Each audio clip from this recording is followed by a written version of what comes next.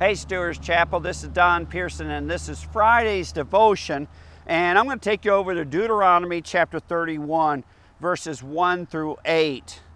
God is getting ready, God is preparing Joshua. It says in verse 1 of chapter 31, Then Moses went and spoke these words to all Israel, and he said to them, I am 120 years old today. I can no longer go out and come in. Also the Lord has said to me, You shall not cross over this Jordan. The Lord your God himself crosses over before you. He will destroy these nations from before you, and you shall dispose them. Joshua himself crosses over before you, just as the Lord has said. And the Lord will do to them as he did to Sihon and Og, the kings of the Amorites in their land, when he destroyed them. The Lord will give them over to you, that you may do to them according to every commandment which I have commanded you. Be strong and of good courage. Do not fear. Do not be afraid of them. For the Lord your God, he is the one who goes with you. He will not leave you nor forsake you. Then Moses called Joshua and said to him in the sight of all Israel, Be strong, Joshua, and of good courage, Joshua, for you must go before this people to the land which the Lord has sworn to their fathers to give them, and you shall cause them to inherit it. And the Lord, he is the one who goes before you. He will be with you. He will not leave you nor forsake you. Do not fear nor be dismayed.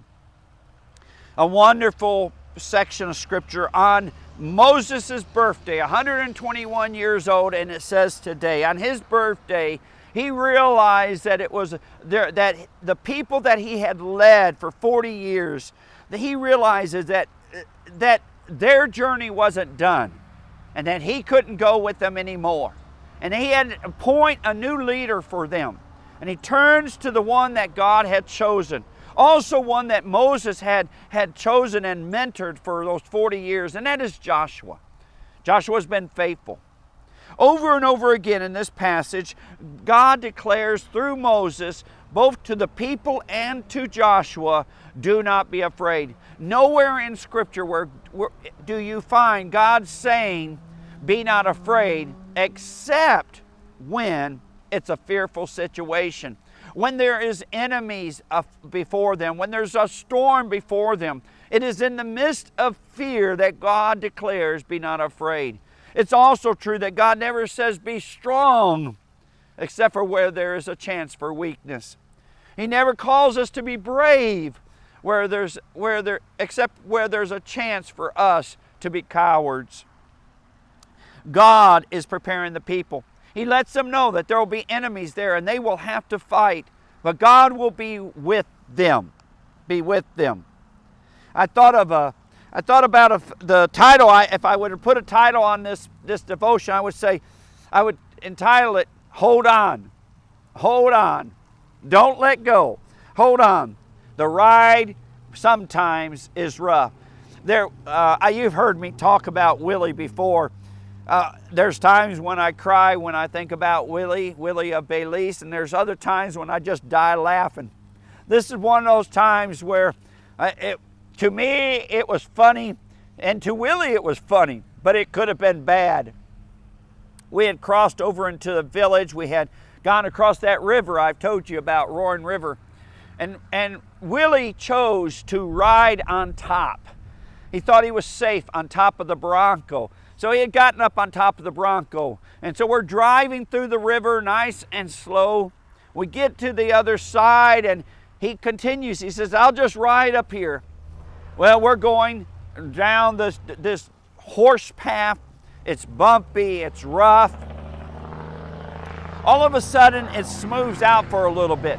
It smooths out for a little bit and evidently Willie let go. Willie wasn't holding on anymore like he was through the river. He wasn't holding on the rough part of the road.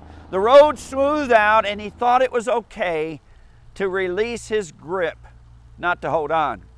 Well, I'm still driving, and I come around that smooth road, and I come around a curve, and as soon as I come around the curve, there is a humongous mud puddle. I mean, it covers the whole length of the road, and it seems to go about 5 or 6 feet beyond it. I don't know how deep it is. I don't know what it's like.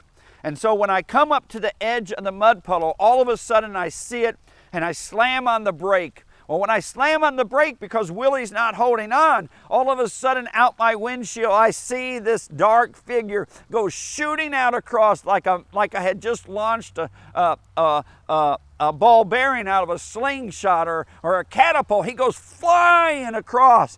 My wife is in there. There's other people in the car. We're all watching Willie go flying across the hood. He literally goes all the way across the mud puddle, and he hits the hard dirt ground on the other with his backside. Let me tell you something. I thought for sure he was all broken up. But as soon as Willie hit the ground, he jumped up, he starts laughing, and he starts saying, "Let's do it again, let's do it again." Well, let me tell you something. There are some rides I don't want to do again. And I didn't let Willie get back up on that Bronco so he could do it again a little bit later. You got to hold on. God is preparing Israel and Joshua for the rest of the journey. And they needed to be strong, courageous. They did not need to be afraid. I don't know what's ahead of you today or this week or tomorrow. But I do know this one thing. You better hold on. You hold on to God with all that you got, because sometimes the road can get really rough all of a sudden, and you better be holding on. Love you, Stewart's Chapel.